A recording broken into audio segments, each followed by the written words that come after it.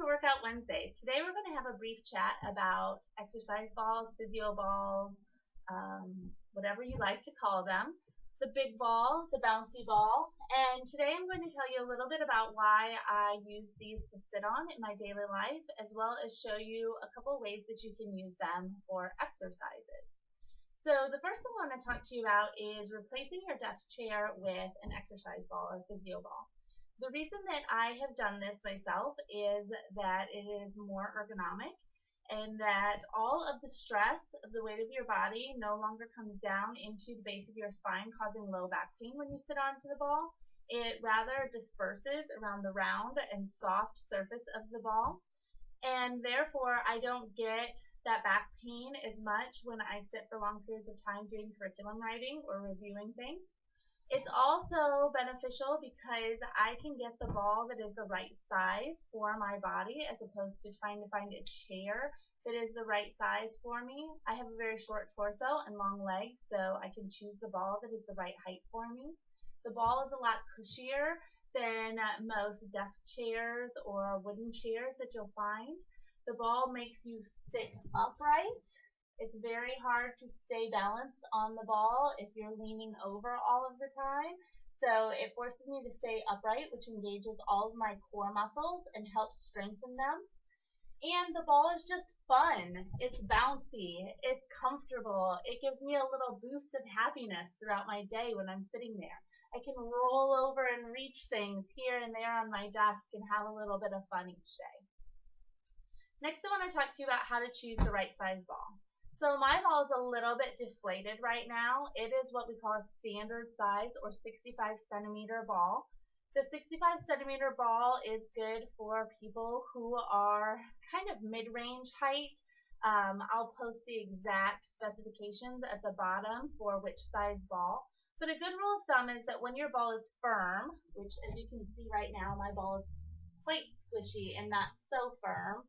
But when your ball is firm and you sit on it, there should be a slight downward angle from the hips to the knees. You can see that my ball has only a very little angle right now. When it's firm, I sit up a little bit higher and I get that better downward angle. So the length of your legs is going to be as much of a determining factor as well as your total height. This particular ball I bought at TJ Maxx for $10, and I've had it for 6 years now, and it is still doing very well.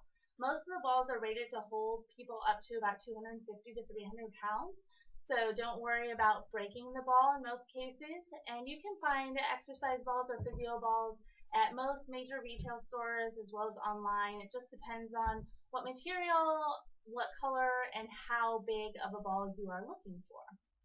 So let's talk about a couple of exercises. I really recommend first learning how to just sit on the ball.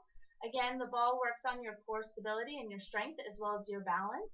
So learning how to shift from side to side is very beneficial on the ball, forward and backward, which leads me into one of the first major groups of exercises that people use the ball for, which is abdominal exercises.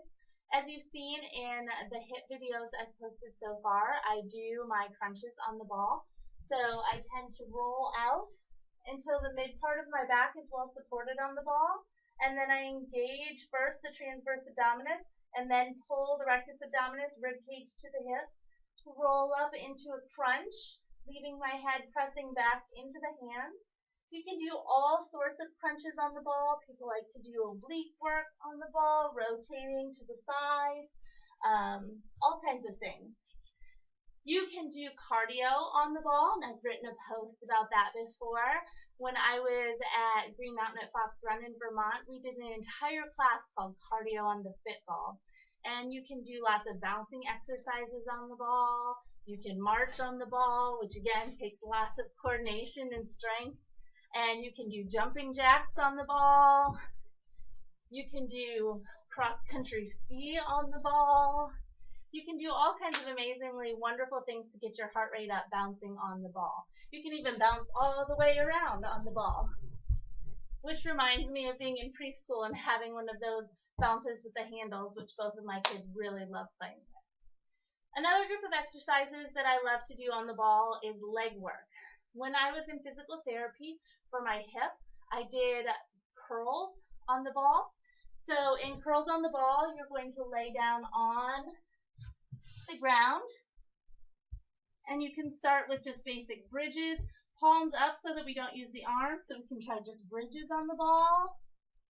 We can do bridges with curling in and out. We can get really fancy and try to hold one leg up in the air and curl in and out.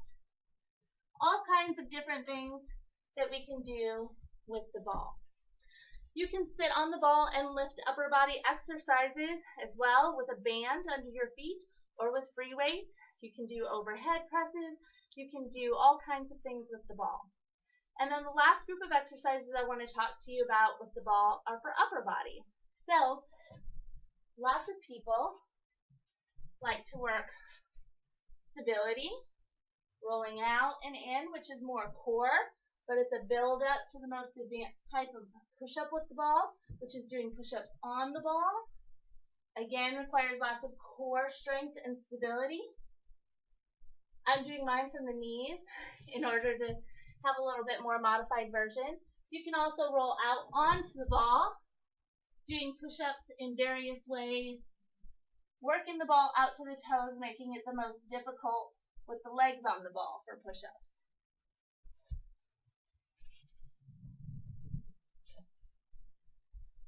So today we just covered a few basic exercises, a little bit of information about why you may want to incorporate the ball into your workout. This is by no means a new exercise tool, but maybe one that we haven't thought about in a while and maybe should bring back as part of our routine.